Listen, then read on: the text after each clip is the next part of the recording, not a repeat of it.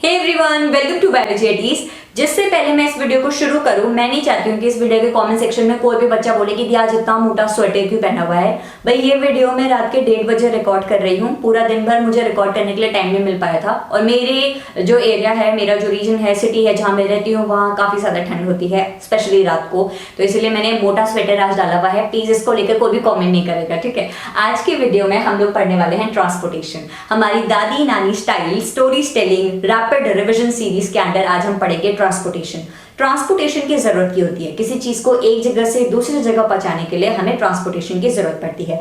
उसी तरीके से प्लांट्स में transport of water, transport of food होना चाहिए। अगर लीव्स में खाना बन रहा है तो वो खाना सिर्फ लीव्स तक ना रहे, प्लांट के डिफरेंट पार्ट्स तक पहुंच सके ताकि हर पार्ट ग्रो कर सके। इसलिए ट्रांसपोर्टेशन जरूरी है। हमारे लंग्स में जो ऑक्सीजन प्रेजेंट है वो बॉडी के हर सेल तक पहुंच सके, इसलिए ट्रांसपोर्टेशन जरूरी है। What is transportation? It is the process of transport of gases, nutrients, hormones and various other substances inside the body of living organisms। ठीक है, सबसे पहले हम बात करेंगे ट्रांसपोर्टेशन इन प्लांट्स की। ट्रांसपोर्टेशन इन प्लांट्स, जो प्लांट्स का ट्रांसपोर्टेशन सिस्टम होता है, दो पार्ट्स में डिवाइडेड होता है।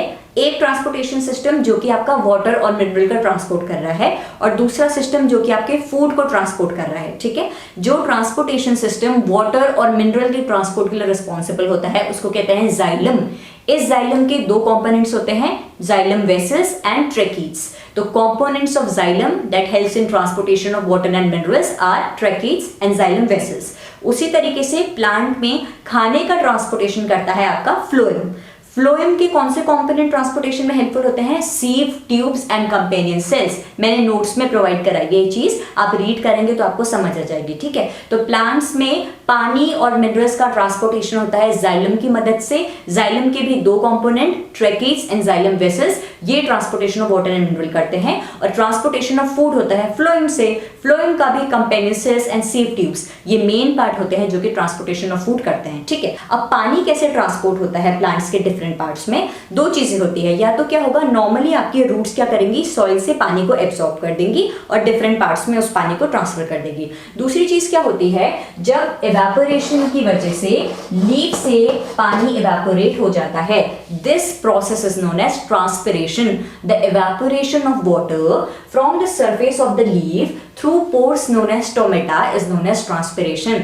अब क्या होता है, जब लीफ से पानी चले गया तो लीव्स में पानी की कमी हो गई, यानी कि यहाँ पर प्रेशर कैसा हो गया, लो हो गया। और हमेशा याद रखिएगा, चीजें high pressure to low pressure move करती है। अब क्या हुआ, आपकी रूट्स में, आपकी सॉइल में पानी था, यहाँ पर हाई प्रेशर है। ठीक है, अब लीव्स में क्या हुआ, ट्रांसपिरेशन की वजह से पानी उड़ चुका है।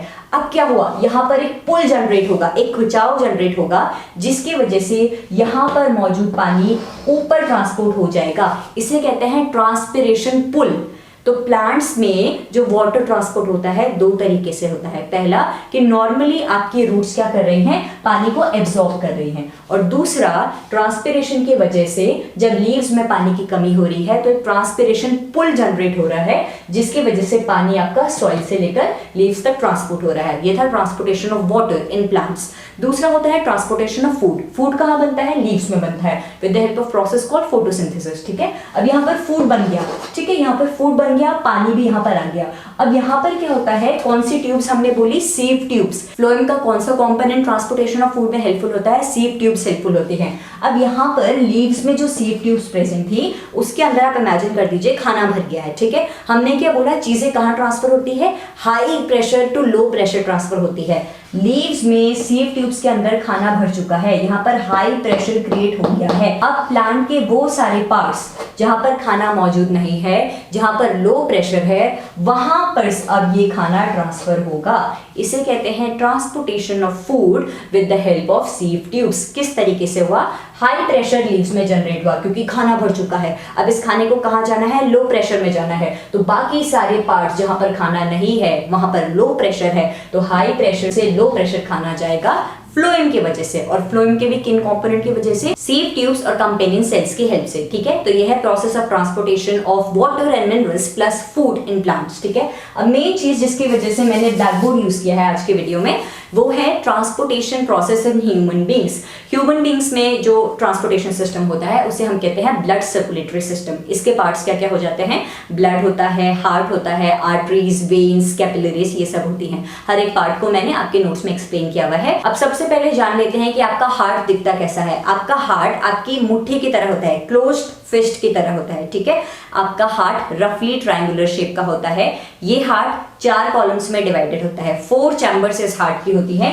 जो ऊपर की 2 चैम्बर्स होती हैं उन्हें हम कहते हैं एट्रिया, सिंगल टर्म एट्रियम, और जो नीचे की 2 चैम्बर्स होती हैं उन्हें हम कहते हैं वेंट्रिकल्स। अब देखो ह्यूमन सर्कुलेटरी सिस्टम काम कैसे करता है। जो आपकी वेन्स होती हैं वो कैरी करती हैं ब्लड को टुवर्ड्स द हार्ट। जब भी ब्लड हार्ट के पास आना होगा तो वेन्स की हेल्प से जाएगा, और जब भी ब्लड हार्ट से बाहर जाना होगा तो आर्टरीज की हेल्प से जाएगा। आपके लंग्स में प्योर ब्लड प्रेजेंट था। ये pure blood left atrium of the heart आता है। किसकी हेल्प से, पल्मोनरी वेन, एक ब्लड वेसल होती है, उसकी हेल्प से, ठीक है। लेफ्ट एट्रियम से ब्लड गया लेफ्ट वेंट्रिकल पे, लेफ्ट वेंट्रिकल से ब्लड बाहर आया बॉडी ऑर्गन्स के पास। किस ब्लड वेसल की हेल्प से, मेन आर्टरी की हेल्प से। ये सीक्वेंस आप बहुत अच्छे से लर्न करेंगे, ठीक है।